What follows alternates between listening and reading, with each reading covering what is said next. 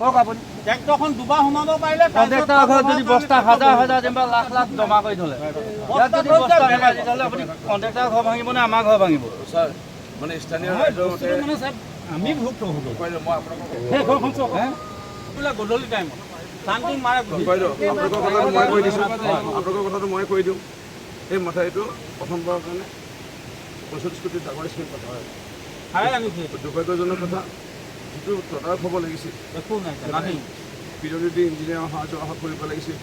বালি বেছি ফ'ৰ লাইনত চাৰ বাঁহ এনেকৈ থাকে ফ'ৰ লাইনটোতো আপোনালোকে জানে অন্ততঃ 1-2 মিটাৰলৈকে ফ'ৰ লাইনটো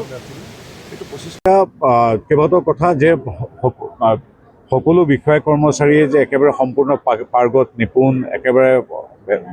বেলেগ ধৰণৰ সেইটো নহয় তাৰ মাজত 2 এজন থাকিবই পাৰে যিটো অভিযোগ উঠে কিন্তু পীযুষ হাজৰিকা যেতিয়া মন্ত্ৰী আছিল আপোনালোকে জানে তেতিয়া যিখিনি মথাউৰি নিৰ্মাণ হ'ল তাত 90% বেছি মথাউৰি এতিয়াও সুৰক্ষিত হৈ আছে এইটো নিৰ্মাণ মথাউৰি এইটোত আৰু বহুত আপোনালোকে টেকনিকেলি আমি দেখিছোঁ ইয়াত অদ্ভুত কিছুমান ইয়াত অসুবিধা আছে উঁই পোকৰ পৰা মাটি আমাৰ পানীয়ে ক্ৰমান্বয়ে খহাই নিয়া এই সকলোবিলাক আপোনালোকে দেখিছে গতিকে মথাউৰি ভঙাৰ পিছত কিয় ভাঙিলটো এতিয়া নিশ্চিতভাৱে আমি কিয় ভাঙিল তাতো এটা আমি চামেই কিন্তু এতিয়া এদিনৰ ভিতৰতে সেইটো কেনেকৈ আমি আকৌ ৰাখিব পাৰোঁ ভেটিব পাৰোঁ তাৰ বাবে আমি এতিয়া ইয়াত উপস্থিত হৈছোঁহি জিলা আয়ুক্ত আছে আৰু বিষয়াসকল আহিছে কিন্তু হয় এইটো কথা ঠিক যে এগৰাকী সাধাৰণ নাগৰিক হিচাপে ক'ব লাগিব যে পীযুষ হাজৰিকা যেতিয়া জলসম্পদ মন্ত্ৰী আছিল যিখিনি আমাৰ মথাউৰি নিৰ্মাণ হ'ল যথেষ্ট শক্তিশালীভাৱে আছিল আৰু তাৰ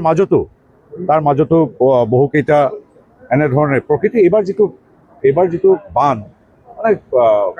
প্ৰাকৃতিক তাণ্ডৱ এইটোত মানে বহু শক্তিশালী মথাউৰি উৰি গৈছে আপোনালোকে নিজেই দেখিছে ডাঙৰ ডাঙৰ ৰাস্তাও আজি তাৰিখত মই দেখিছোঁ কালি নে পৰহি মই সোণাৰীৰ পৰা আহি আছিলোঁ আমাৰ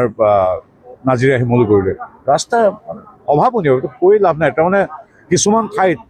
আমাৰ সাংবাদিক বন্ধুসকল বা আমাৰ মানুহ গৈ পাওঁতে পলম হৈছে সেইবিলাক চিত্ৰ দেখিলে মানে অভাৱনীয় বিশেষকৈ বিহু বৰচন্তক নাজিৰা বাংলাদেশ আমাৰ হাৰিয়াৰ নাগালেণ্ডৰ পাদদেশখিনি খুব হেৰি আৰু একেধৰণৰ দুৰ্যোগ এতিয়া আমি ইয়াত তিয়ক আৰু মৰিনী অঞ্চলত আছোঁ এই মানুহখিনিয়ে কালি ঘৰটো চাফা কৰিছিলে